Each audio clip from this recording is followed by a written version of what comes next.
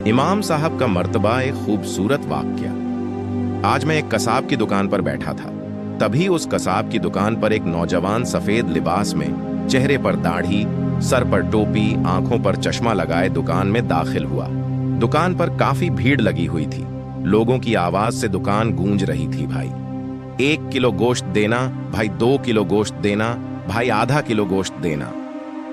ऐसी आवाजें शोर पैदा कर रही थी। उस दुकान में इन्हीं आवाजों के बीच जैसे ही वो नौजवान दाखिल हुआ, दुकान में कसाई ने सारे ग्राहकों को छोड़कर उस नौजवान से पूछा, क्या चाहिए भाई आपको? नौजवान ने कहा, आधा किलो गोश्त चाहिए। कसाई ने फौरन बेहतरीन गोश्त का टुकड़ा काटा और अच्छी तरह से बोटी बनाकर दे दिया। नौजवान ने कसाब को पैसे देने के लिए हाथ बढ़ाया तो कसाई ने लेने से इनकार कर दिया। नौजवान ने कहा, जावेद भाई, आप हमेशा ऐसा ही करते हो। कसाई इस बात पर थोड़ा मुस्कुराया दिया और नौजवान भी मुस्कुराते हुए दुकान से बाहर चला गया। दुकान पर और जो ग्राहक थे वो तरह तरह की बातें करने लगे कि हम कब से खड़े हैं और कसाई को देखो, लगता है इसको चर्बी चढ़ी है। ग्राहक की कोई इज्जत ही नहीं। तभी मेरे दिमाग में सवाल के घोड़े दौड़ने लगे। मैं दुकान खाली होने का इंतजार करने लगा। सारे ग्राहकों को निपटाकर जैसे ही कसाई खाली हुआ, मैंने कहा, 1 किलो गोश्त मेरे लिए बनाना। फिर मैंने कहा, अभी जो नौजवान आपकी दुकान से गोश्त लेकर गया है, क्या वह आपका कोई करीबी रिश्तेदार है या दोस्त है?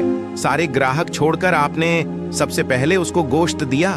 कसाई मुस्कुराया और बोला, जी नहीं, मैं बहुत अचंभे में पड़ गया। फिर मैंने बोला, तो फिर कौन था?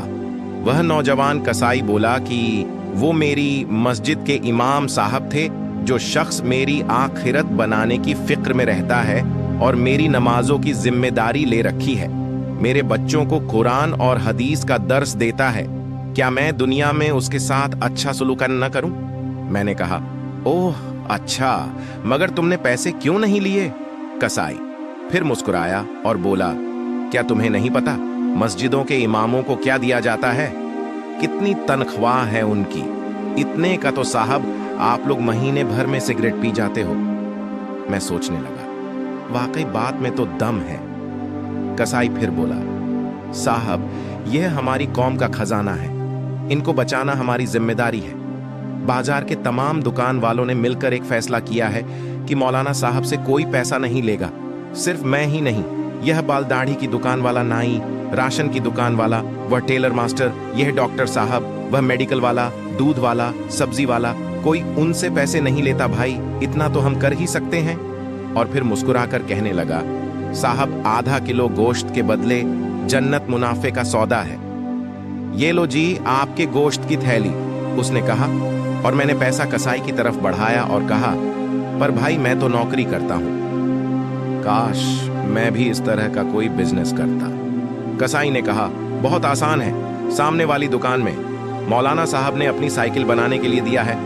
सबक दोस्तों, इस स्टोरी से आपको क्या समझ आया कि हमारी मस्जिदों के इमाम साहब या मोअज्जिन साहब की तनख्वाह बहुत कम होती है। अक्सर देखा और सुना गया है कि कहीं कहीं पर इमाम साहब की इतनी कम तनख्वाह होती है कि उन अल्लाह के बंदों को अपने बच्चों का पेट पालना भी मुश्किल हो जाता है। तो दोस्तों, हम सबको चाहिए कि हमसे जितना हो सके हम उनकी मदद करें अल्लाह की रजा के लिए।